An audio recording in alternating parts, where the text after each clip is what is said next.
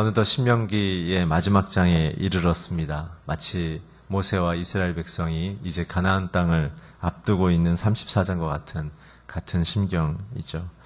오늘은 특별히 하나님의 종 모세, 신명기에 하나님의 이 엄청난 일을 섬기고 담당했던 이 모세라는 한 사람의 인생을 통해서 하나님 앞에 우리가 어떠한 성도의 삶의 내용을 가져가야 될지에 대한 부분을 오늘은 함께 좀 나누려고 합니다.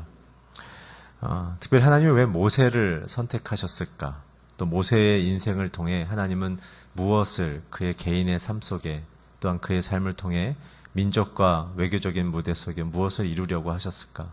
또한 그의 인생을 통하여 이스라엘과 우리 믿는 이방 사람들까지 어떠한 교훈을 얻게 하시려고 했을까? 정말 많은 아마 대하 소설을 써도 몇 질의 책을 써도 모자랄 만큼의 내용을 담고 있는 것이 모세의 인생입니다. 그렇지만 오늘은 그렇게 할 수 없기 때문에 커다랗게 세 가지의 초점을 제가 좀 얘기를 드리고 나머지 묵상은 여러분들이 일상생활에 일어날 수 있도록 부탁을 좀 드립니다. 모세는 성경에서 말하는 선지자 중에 가장 예수님과 가까이 있는 삶을 표현한 선지자로 성경은 기록하고 있습니다. 성경에는 세 가지의 직분이 있죠. 선지자와 제사장과 왕의 직분이 있습니다. 우열의 개념일 수도 있겠지만 그러나 우열의 개념이라기보단 그가 인생에서 감당해야 될 삶의 영역과 무게를 따져보자면 선지자가 가장 큰 무게를 갖고 있습니다. 그리고 그 다음이 제사장이, 그 다음에 왕이죠. 굉장히 독특하죠. 그래서 선지자가 왕을 지명하는 경우도 가끔 있었죠. 사무엘이 사울을 지목했던 것처럼 하나님의 그 뜻들이 펼쳐지는 데 있어서 굉장히 중요한 통로 역할을 했던 것이 바로 선지자입니다. 그래서 모세는 그의 출생과 성장, 죽음의 모든 과정이 마치 예수님의 삶과 매우 흡사해서 예수님의 그림자라는 별명을 갖고 있습니다.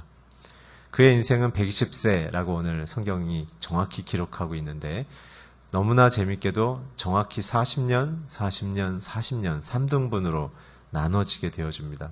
첫 번째 40년은 왕자로서의 40년, 두 번째 40년은 도망자로서의 40년, 마지막 40년은 인도자로서의 40년을 살게 되어졌죠. 이 업앤다운이 심한 인생에 그래프를 그리자면 왕자로서 선택받은 모세가 도망자로서 밑으로 급격하게 하향 곡선을 그리는 그래프처럼 떨어지다가 하나님의 인도자의 삶을 사는 급상승의 인생을 사는 것이죠. 저는 이게 성도의 삶이라고 생각합니다. 왜냐하면 저와 여러분이 죄의 본성을 갖고 있기 때문에 하나님의 자녀로 신분이 바뀌었지만 저와 여러분의 내면은 아직도 죄의 유혹과 자신에 대한 이기심과 자긍심으로 하나님을 바라보고 있기 때문에 우리는 늘 추락하는 그러한 인생으로밖에 달려갈 수가 없습니다. 근데 놀라운 것은 하나님이 없으면 추락으로 끝날 텐데 하나님이 추락하는 우리에게 그의 손을 펼치서 우리의 마음이 가난해지고 낮아지면 다시 하나님의 자녀의 자리로 영광스럽게 올리는 이 고난과 영광이라는 굉장한 함수의 관계를 통해 저와 여러분을 축복의 자리로 이끌고 계신다는 사실입니다. 영적인 체질 개선은 고난을 통해서만 가능합니다.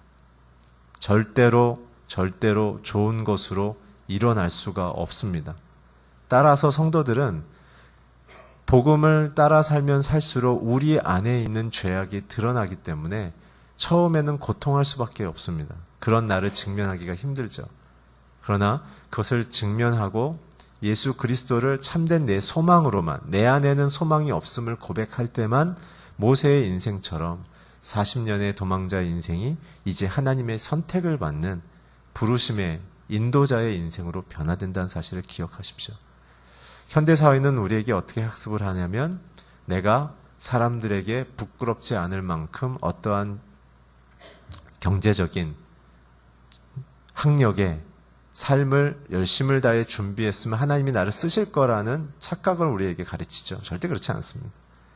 하나님의 지혜가 우리보다 얼마나 크시겠습니까? 우리의 지혜가 하나님의 지혜를 도울 수 있겠습니까? 우리의 실력이 하나님의 통치를 도울 수 있겠습니까? 그렇지 않습니다. 우리가 하나님의 지혜로 인도함을 받는 것이며 우리가 하나님의 통치로 보호를 받는 인생을 살면서 우리에게 허락된 인생 안에 내게 주신 달란트를 최선을 다해서 펼치는 수동적이며 제한적인 인생을 사는 것이 우리의 실제입니다. 포스트 모던이 우리에게 가르치는 것은 그것이 아니라 우리는 신적인 존재로 하나님과 견줄 수 있다고 얘기하는 것이죠. 그게 바로 secularization, 세속화라는 것입니다. 세속화의 정의는 하나님을 인간이 정의하려고 하는 것이 세속화입니다. 우리는 하나님을 하나님으로 여기고 살아야 하는 것이죠. 모세는 세속화의 과정을 거치면서 급락하는 인생을 살았고 그건 하나님이 그를 놓지 않으시며 다시 하나님의 자리로 회복시켜주는 마치 야곱을 끝까지 포기하지 않으신 것처럼 마치 하나님의 살아계심을 알지만 여전히 금송아지를 만들며 자신의 육체의 만족을 쫓아 살았던 이스라엘을 여전히 포기하지 않으시는 것, 오늘 저와 여러분을 여전히 포기하지 않으시는 그 사랑의 열심을 갖고 있는 주님이 오늘 또한 모세에게 드러나는 것이죠. 오늘 주님만이 내 인생에 참된 소망임을 믿고 그분 안에서 안전하며 생명을 누리는 저와 여러분이 되길 주의 이름으로 축복합니다. 첫 번째 그래서 오늘 보고 싶은 모세의 삶은 무엇이냐면 은혜 속에 거하는 삶입니다. 모세의 인생은 여러분과 제가 잘 알죠. 마치 처음 시작은 예수님의 삶과 똑같습니다. 태어나자마자 영아들에 대한 살인이 국가적인 명령으로 이루어지죠. 예수님이 태어났을 때도 그랬고 모세가 태어났을 때도 그랬습니다. 그래서 결국 어머님의 지혜로 모세가 갈대 상자에 담겨서 결국은 누구에게 갔습니까? 하첵수트. 이름을 성경에서 기록하고 있지만 고대 문헌을 뒤져보면 모세를 키웠던 그 파라오의 그 어머니의 이름은 하첵수트입니다. 하첵수트가 여왕으로서 아직 등극하지 않은 상태여서 자기의 궁 앞에 떠내려온 모세를 안았죠. 근데 너무나 재밌는 사실은 아브라함이나 모세나 똑같은 삶의 환경인 것이죠. 불임증이 걸린 부부의 인생 속에 다가온 하나님의 아들의 모습. 마치 하나님의 생명을 받지 못해서 하나님의 생명으로 우리가 살아가지 못하는 죄인들의 삶 속에 예수 그리스도께서 이 땅에 생명으로 와주셔서 아들로 우리에게 생명을 보여주신 것처럼 모세 또한 그러한 삶의 구조 속으로 하나님은 이를 인도합니다. 그래서 하세스트는 자기의 아버지가 왕이 있던 자기 아버지가 돌아가시자 이제 결혼을 하게 되죠. 투투모세라는 한 남자와 결혼하게 됩니다. 이게 BC 1514년에서 1524년에 일어났던 일입니다. 이 투투모세 2세가 그 모세를 양자로 받아들인 상태에서 파라오로 정치를 펼치다가 그가 질병으로 죽어버리게 됩니다. 근데 불임한 상태에서 아들을 못 낳죠. 그래서 죽기 직전에 자기가 데리고 있던 몸종 중에 투투모세 3세라는 한 이름으로 한 남자아이를 양자로 임명하고 받아들입니다. 그러나 그 당시에 법상 10살 이상이 돼야 왕위를 계승할 수 있었는데 투투모스 2세가 죽을 때 그 투투모스 3세가 9살이었기 때문에 결국은 하셉수트 엄마가 왕으로 들어설 수밖에 없었던 것이죠. 하나님의 굉장한 계획이었죠. 그렇기 때문에 파라오의 집안에는 모세와 투투모스 3세의 보이지 않는 이제 갈등과 경쟁의 왕위에 대한 갈등 구조가 생겼던 것입니다. 그러나 모세는 그가 하나님께 부름받았던 사실을 배우고 또한 그렇게 그것이 하나님의 뜻인 것을 받아들임을 통해 그가 스스로 결정할 수 있는 어떤 행동을 할 수 있는 청년의 시기부터는 어떻게 했습니까? 왕궁을 떠나서 이스라엘 백성이 있는 그 노예의 지역에 가서 민족들과 함께 사는 열심을 펼쳤죠. 그래서 하나님이 그에게 주어졌던 명령은 무엇이었습니까? 가나안으로 가라는 얘기를 듣게 된 것입니다. 사실 이 사이에 아까 말씀드렸던 40년의 도망자의 인생은 하나님께로부터 받은 그 사명을 모세는 자기의 힘과 열심으로 이루려는 노력 속에 있었기 때문에 하나님을 찾지 않고, 그렇기 때문에 그가 가졌던 것은 하나님이 판단하시고 결정하셔야 될 그 권위를 스스로 행사함을 통해 자기의 민족을 괴롭히는 애굽의 관원을 쳐서 죽이게 되죠. 그가 아무리 잘못했어 해도 생명을 다루는 것은 하나님이지만 자신이 스스로 그 비전의 열정 속에, 이스라엘을 보호해야 된다는 열정 속에 스스로 하나님의 생명에 대한 결정 권한을 행사하는 누를 범하게 되는 것이죠. 이게 성도들의 불균형한 신앙의 모습을 보이는 것입니다. 하나님의 뜻이라는 이름으로 자기의 열정, 자기의 주장, 자기의 혈기를 부리는 모습들.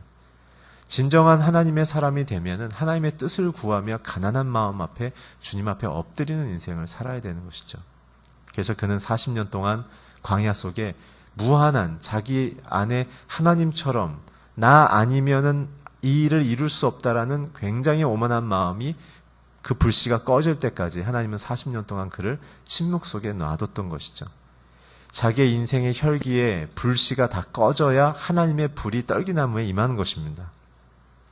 오늘 저와 여러분이 갖고 있는 자기 아니면 안 된다는 신앙의 열정, 이건 나 아니면 해결할 수 없다라는 그런 오만한 태도, 아니면 하나님 없이도 내가 결정하고 갈 수 있다라는 자기 확신적인 신앙의 그 열기 속에서 우리는 그 불을 끄고 하나님의 불이 임하는 대로, 하나님의 구름 기둥이 흘러가는 대로 따라 살겠다라는 참된 겸손한 마음을 가져야 하는 것이죠.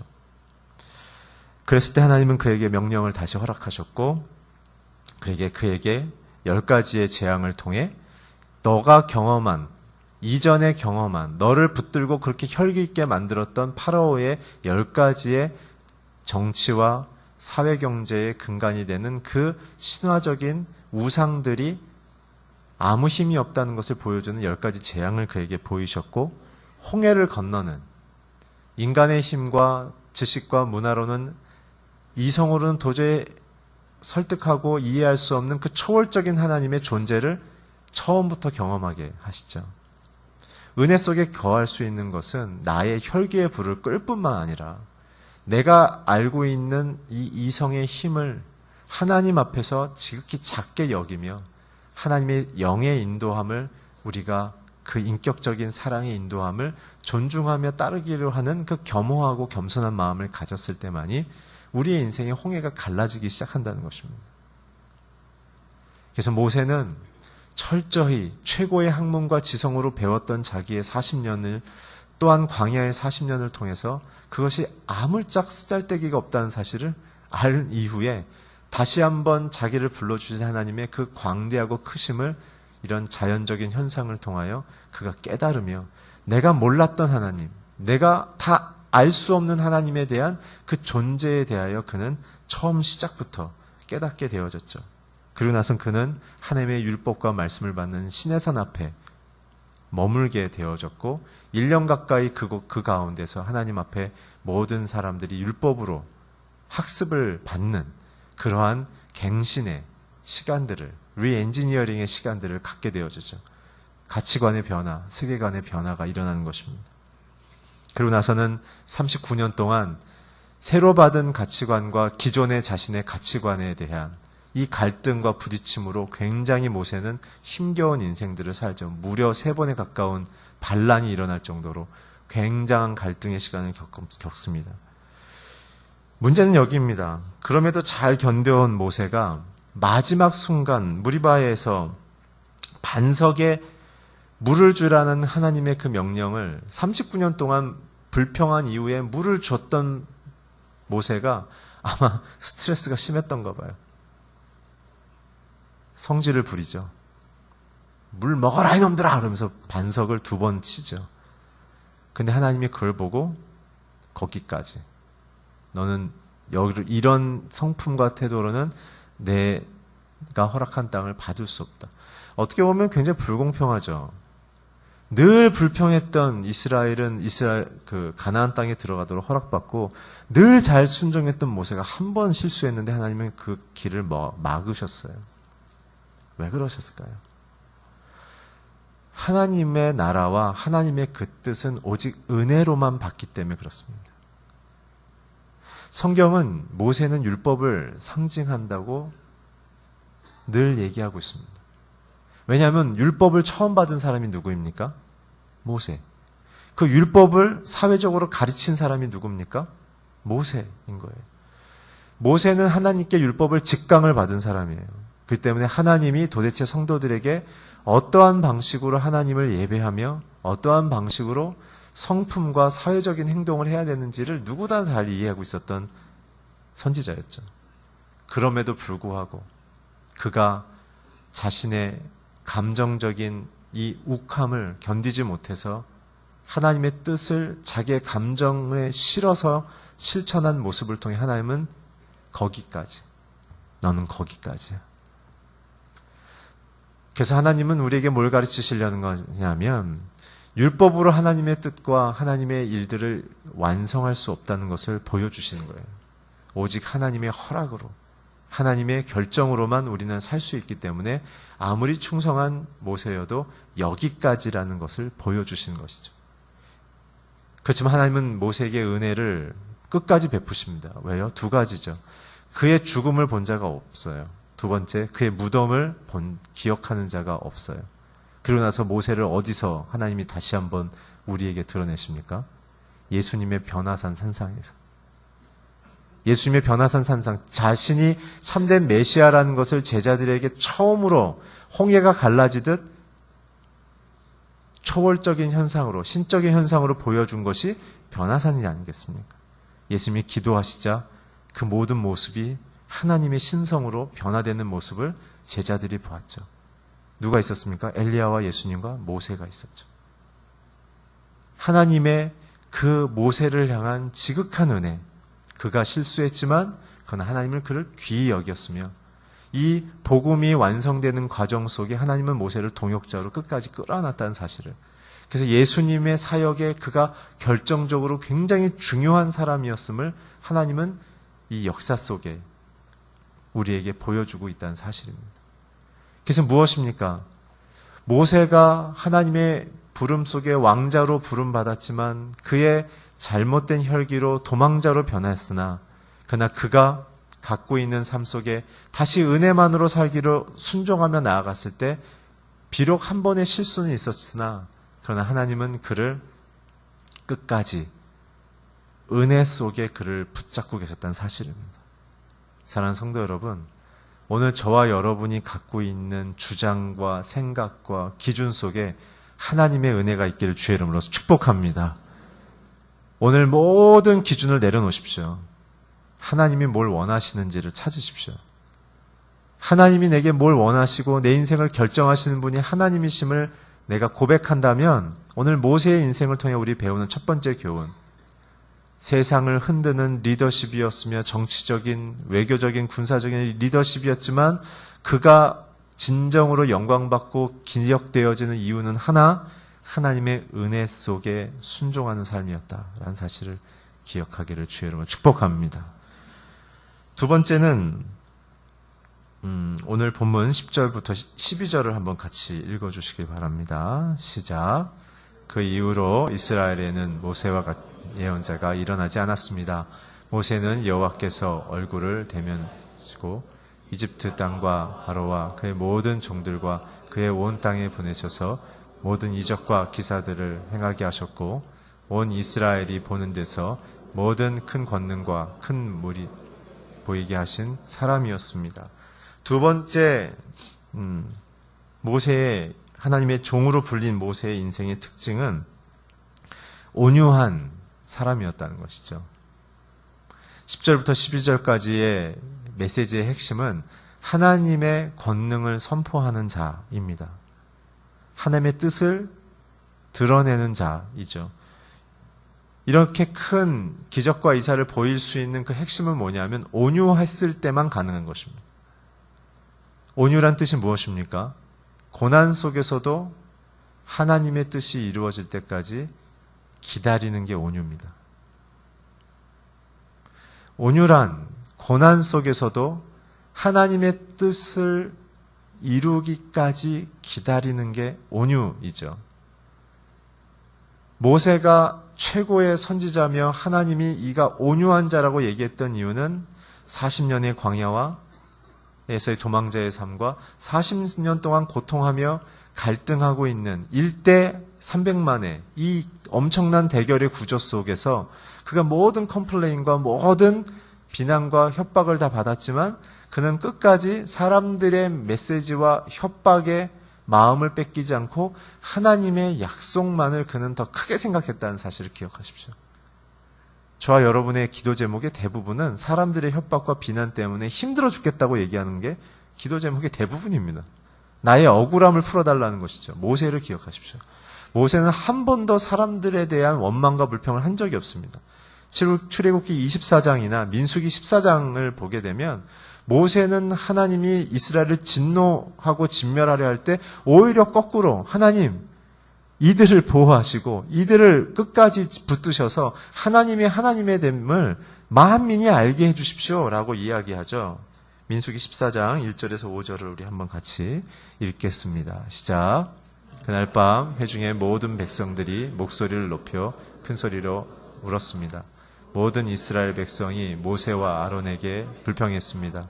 온 회중이 그들에게 우리가 이집트에서 죽었거나 이 광야에서 죽었다면 좋았을 텐데 왜 여호와께서 우리 땅에까지 내려서 그러니까 우리의 아내와 자식들은 될 것입니다.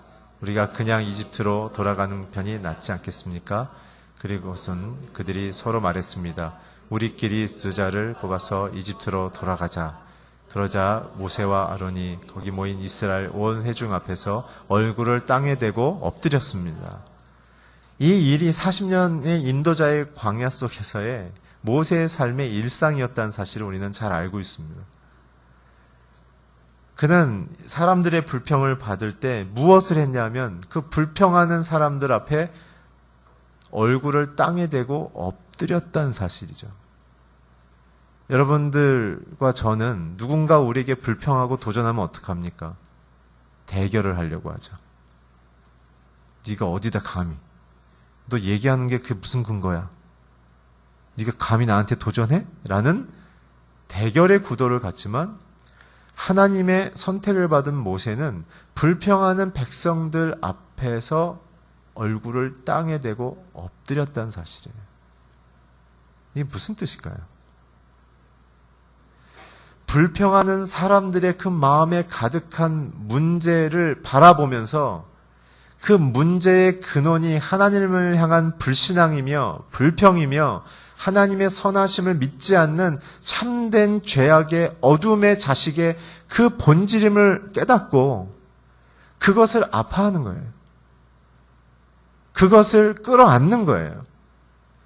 그래서 어떻게 하냐면 너희들이 하나님 앞에 이렇게 얼굴을 대고 엎드려야 하는 것이다 라는 것을 그들의 마음과 심경을 중보자의 마음으로 그들 앞에서 약한 자의 모습처럼 엎드리는 것이죠. 믿음이 없는 이스라엘 백성은 야, 모세와 아론 웃긴다. 너희들 별것도 아니네. 우리가 뭐라 그러니까는 힘들어서 그리고 두려워서 우리 앞에서 힘이 없어서 엎드리는 거냐라는 여전히 하나님의 하나님됨을 인정하지 않고 자신들의 힘이 강하다고 믿는 이 죄악된 인간의 본성으로 이 상황을 보고 있는 것이죠. 그러나 모세는 그 모세 자체가 혈기가 가득했으며 이스라엘이 갖고 있는 그 DNA를 본인이 먼저 강력하게 펼쳤던 혈기가 가득한 하나님을 인정하고 하나님 없이도 살겠다는 그 모세의 불신앙의 모습이 그가 먼저 경험했기 때문에 그것이 얼마나 부질없는 짓인 것을 알고 넓은 마음으로 그것을 끌어안으며 오히려 하나님이 이들에게 진노하여 이들이 멸절될까 봐 이들에게 불쌍히 여기는 마음으로 엎드려지는 이게 온유한 마음입니다. 이게 성도들이 세상에서 살아가야 될 신적인 태도라는 것이죠. 하나님 사람들이 하나님을 인정하지 않아 자기의 멋대로 부정을 저지르고 사람들에게 공평한 기회를 주지 않고 공평한 평가하지 않고 자신들의 이익을 위하여 정책을 결정하는 이 위장된, 품위 있게 위장된 이기적인 이 세상 속에서 나는 어떻게 해야 합니까? 라고 분노하는 것이 아니라 하나님 이들을 멸하지 말아 주십시오라고 우리는 그들의 죄악을 끌어안고 하나님 앞에 엎드려지는 인생을 살아야 되는 것입니다. 자녀의 죄악을 인하여 엎드려지시길 바랍니다. 남편의 죄악을 인하여 엎드려지는 아내가 되며 아내의 죄악을 인하여 엎드려지는 남편이 되길 주의 이름으로 축원합니다. 그것이 진정한 온유함이며 하나님의 권능을 일으킬 수 있는 사람들의 태도라고 오늘 하나님은 우리에게 보이시는 것이죠. 오늘 그래서 예수님도 우리에게 오셨을 때 어떻게 하셨습니까? 예수님은 인간들의 약함을 보시고 그들의 약함을 향하여 진동하신 적이 한 번도 없으셨습니다. 심지어는 십자가 위에서도 창으로 옆구리를 찌르며 네가 왕이면 내려와서 스스로를 구원하라고 얘기했던 그 정말 큰 비난과 그 옷까지도 다 바꿔버려서 도덕적인 수치심까지 주는 그러한 극한의 육체의 고통과 수치심 속에 있었어도 주님은 뭐라고 얘기하셨습니까? 아버지여, 저들을 용서하십시오. 저들은 스스로 하는 것을 알지 못합니다. 그리고 양쪽 우편 좌편 강도가 비난하고 조롱하는 모습 속에 그럼에도 우편 강도가 낙원에서 나를 기억해 줄 수 있겠냐고 물었을 때 주님은 네가 한 짓을 기억하면 그런 말을 할 수 있겠냐라고 비난하지 않으시고 네가 오늘 나랑 낙원에 이를 것이다. 그 극률한 마음을 가졌던 것이죠. 오늘 이것이 모세를 통하여 우리가 어떠한 심경을 갖고 있어야만 가나안 땅에 들어가서 영광받으며 존경받으며 명예로워질 수 있는지에 대한 가장 핵심적인 성품, 온유한 마음, 하나님을 하나님만으로 여기는 마음을 가져야 된다는 것입니다. 마지막 세 번째입니다. 7절을 오늘 본문 7절 함께 읽어주시겠습니까? 시작. 모세가 죽을 때 120세였습니다. 그때 그의 눈은 흐리지 않았고 그의 기력도 쇠하지 않았습니다. 모세가 이제 죽을 때가 됐는데 놀라운 사실은 그의 눈은 흐리지도 않았고 그의 기력은 쇠하지도 않았다는 거예요. 이 얘기는 뭡니까? 하나님이 모세가 이제는 쓸모 없어져서 못 들어가게 한 거거나 이제는 모세가 무리바의 사건으로 인하여 죄악을 저질러서 그의 리더십이 흐트러지거나 무엇인가 결점이 생긴 상태가 아니란 얘기를 하는 것이죠. 그래서 세 번째 무엇입니까? 사명에 충성하는 삶을 끝까지 살아야 된다는 것입니다. 언제 눈이 흐려지지 않고 언제 몸에 기력이 쇠하지 않습니까?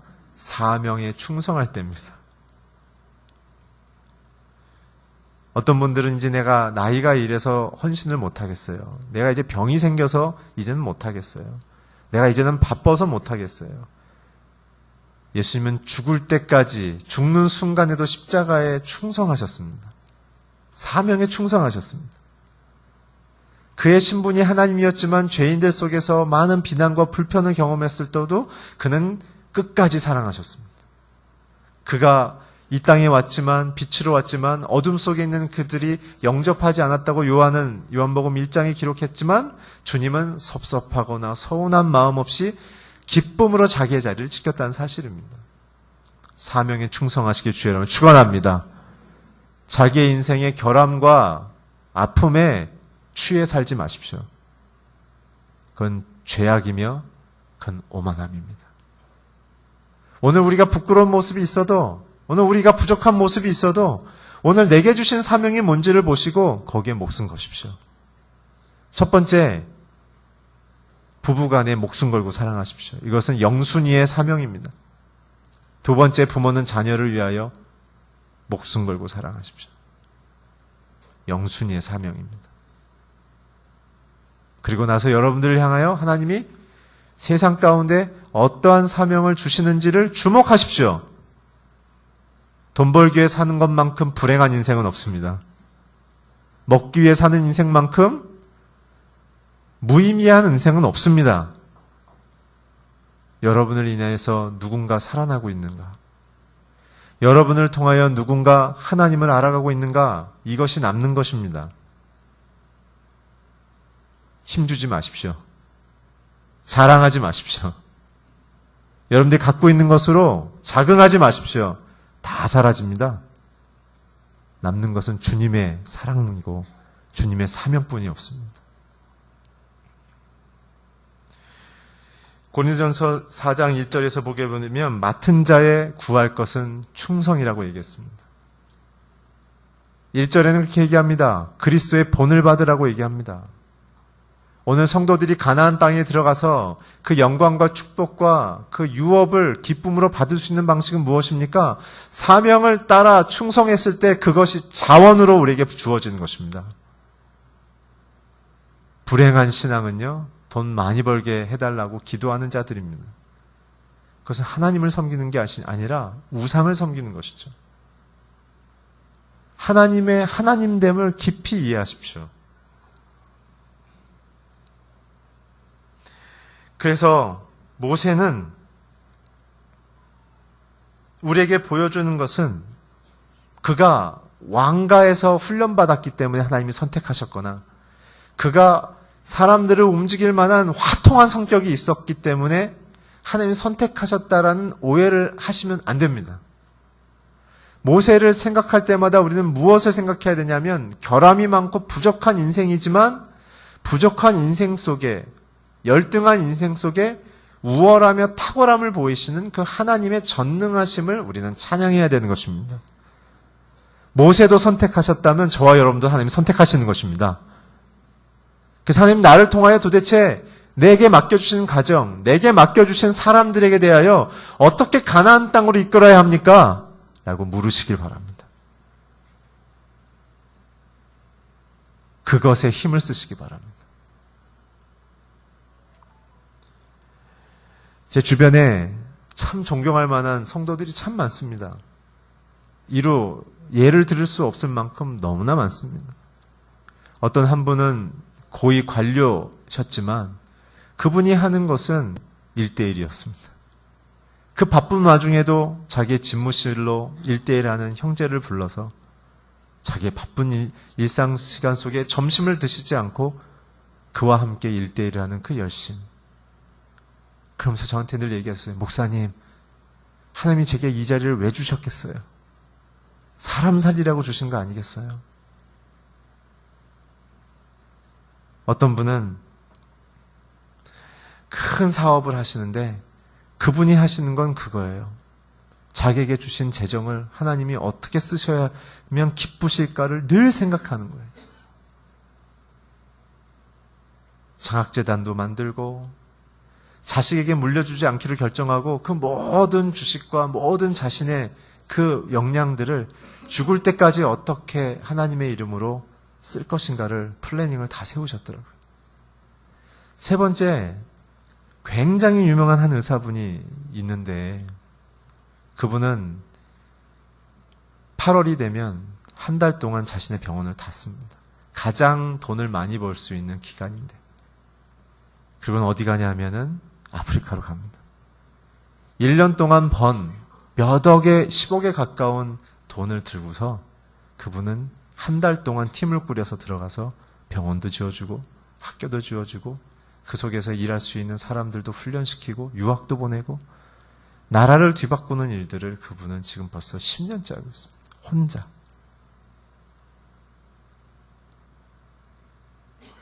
이게 모세의 삶입니다. 이게 성도의 삶입니다. 우리는 그래서 순에서 더 사랑을 하는 이유가 나중심적인 신앙, 나중심적인 인생, 나중심적인 이 열심적인 하나님의 도움을 구하는 이 패러다임을 깨자는 거예요. 근데 우린 그거 하기도 힘들어 하잖아요.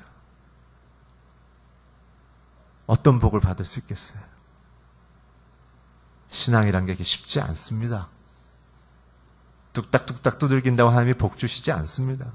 구원은 허락하시지만 영광은 그 능력은 하나님 앞에 충성하는 자들에게 주시는 것입니다. 오늘 교회 안에만 머물지 않기를 축복합니다.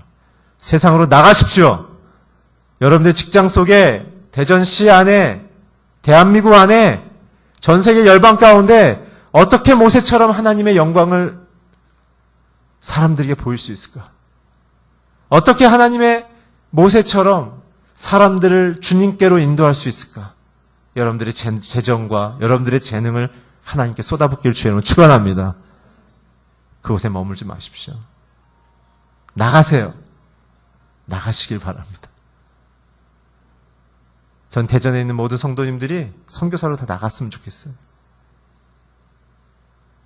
저도 나갔으면 좋겠어요. 모여서 우리 매주 예배 드리는데 이거 너무 좋죠. 모여서 뭐 할 거예요? 성가대에 나와서 찬양 열심히 하시는데 하나님 그렇게 찬송하면 어떻게 사실 거예요? 나가세요.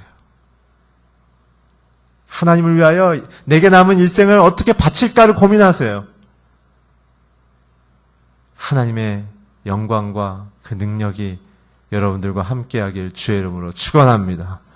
기도하겠습니다. 하나님, 모세의 인생을 선택하셔서 주의 영광을 드리셨는데 하나님, 우리의 인생도 사용하여 주시옵소서. 하나님의 능력으로 우리를 붙들어 주셔서 머물러 있지 않게 하시고 주의 사명을 쫓아 하나님과 함께 동행하며 승리하게 하여 주시옵소서. 예수 그리스도의 이름으로 기도했습니다. 아멘.